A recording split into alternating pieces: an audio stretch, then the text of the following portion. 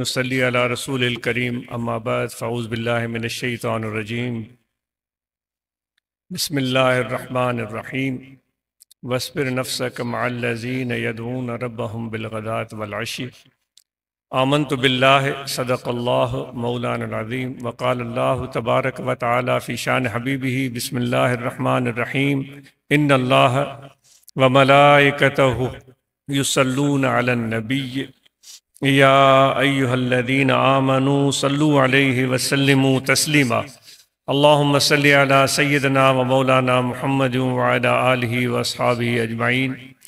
معزز سامعین، السلام علیکم ورحمۃ اللہ وبرکاتہ۔ امید ہے کہ آپ تک آواز صحیح پہنچ رہی ہوگی اور آپ کو آواز سمجھ میں بھی آ رہی ہوگی۔ یہ جو آیت کریمہ تلاوت کی گئی اس میں اللہ تبارک و تعالیٰ اپنے پیارے حبیب آقا نامدار حضرت صلی اللہ علیہ وآلہ وسلم کو ارشاد فرماتے ہیں کہ آپ ان لوگوں کے ساتھ تشریف رکھیں جو لوگ مجھ اللہ تعالیٰ کو یاد کرتے ہیں، میرا ذکر کرتے ہیں۔ تو حضور علیہ الصلوۃ والسلام اپنے حجرہ سے باہر تشریف فرما ہوئے اور مسجد میں بہت سارے لوگ موجود تھے اور مختلف مشاغل میں تھے۔ مسجد میں جو مشاغل ہو سکتی ہیں، نماز ہو سکتی ہے، عبادت ہو سکتی ہے، تلاوت ہو سکتی ہے، جو بھی عبادات یا جو بھی تلاوتیں کرنے والے تھے ان سب کے قریب سے گزرتے ہوئے چلے گئے اور ان لوگوں کی طرف جا کر پہنچے جو مل بیٹھ کر اللہ تعالیٰ کا ذکر کر رہے تھے، اور آپ صلی اللہ علیہ وآلہ وسلم ان کے ساتھ بیٹھ گئے، اور جب تک وہ ذکر کرتے رہے آپ صلی اللہ علیہ وآلہ وسلم ان کے ساتھ بیٹھے رہے، اور جب ذکر پورا ہوا تو آپ صلی اللہ علیہ وآلہ وسلم ممبر پر تشریف لے گئے، اور یہ علامت تھی کہ لوگ سب کے سب اپنے مشاغل کو چھوڑ کر حضور علیہ الصلوۃ والسلام کا ارشاد سنیں۔ تو سب صحابہ متوجہ ہو گئے۔ آپ صلی اللہ علیہ وآلہ وسلم نے خطبہ دیا اور مختصر بات ارشاد فرمائی۔ آپ نے ارشاد فرمایا کہ میری امت میں ایسے لوگ موجود ہیں، میری امت میں ایسے لوگ موجود ہیں جن کے ساتھ بیٹھنے کو مجھ نبی کو محمد صلی اللہ علیہ وآلہ وسلم کو بیٹھنے کا حکم ہو رہا ہے۔ تو یہ ذکر والوں کی عظمت آپ صلی اللہ علیہ وآلہ وسلم نے بیان فرمائی کہ یہ اتنی عظمت ہے اللہ تعالیٰ کا ذکر کرنے والے لوگوں کی، اتنے پسندیدہ ہیں اللہ تعالیٰ کو کہ اپنے نبی کو، ہم خاتم النبیین کو، ہمارے پیارے محبوب صلی اللہ علیہ وآلہ وسلم کو اللہ تعالیٰ حکم فرماتا ہے کہ آپ ان کے ساتھ جا کر بیٹھیں۔ تو اس وقت ہم بھی ذکر کے لیے بیٹھے ہوئے ہیں اور یہ ہماری بہت سعادت ہے اور خوش قسمتی ہے، اور یہ میرے آقا و مولا حضرت صلی اللہ علیہ وسلم کی سنت بھی ہے، اور یہاں بیٹھنے کا ایک مقصد بھی ہے۔ وہ مقصد یہ ہے کہ انسان اس ذکر کے ثمرات کو حاصل کر سکے۔ ذکر برائے ذکر نہیں ہے، وہ ذکر ہم کرتے رہیں، وہ صرف زبان پر ہی رہے، اس کے اثرات ہمارے جسم پر نظر نہ آئیں، ہمارے باطن پر نظر نہ آئیں، ہمارے اندر کو تبدیلی رونما نہ ہو، تو وہ ذکر ادھورا رہ گیا، وہ مکمل نہیں ہو سکا۔ اب ہم یہاں جب بیٹھے ہیں تو اس صحبت کے بعد ہمارے اندر بہتری آنی چاہیے۔ یہ جو ذکر والوں کے ساتھ ہم بیٹھے ہیں اس کے بعد اس میں بہتری آنی چاہیے، اور یہی اس صحبت کا مقصد ہے۔ وہ کہتے ہیں سندھی میں کارو بد کمرے سا رنگ نہ مٹائے پر عادت ضرور مٹائے۔ کالے رنگ والے بیل کو دوسرے رنگ والے بیل کے ساتھ باندھا جائے گا تو سندھی کی کہاوت میں وہ کالا اپنی رنگت تو نہیں تبدیل کرے گا لیکن عادت تبدیل کر دے گا دوسرے بیل کی صحبت کی وجہ سے۔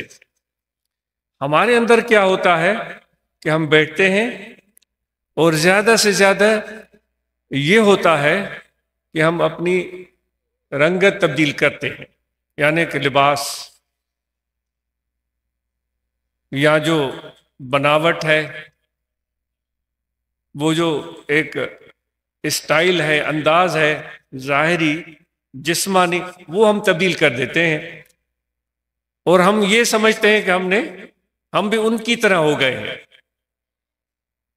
تو یہ دیکھو اے میرے بھائیوں، یہ چیز مطلوب نہیں ہے، صرف اس میں تو وہ جانور بہتر ہو گئے ہم سے، کہ جو مشکل کام ہے اپنی عادت تبدیل کرنا، وہ جانور اپنی عادت تبدیل کر لیتے ہیں، ہم صرف ظاہر بدل دیتے ہیں، اندر حقیقت وہی موجود ہوتی ہے۔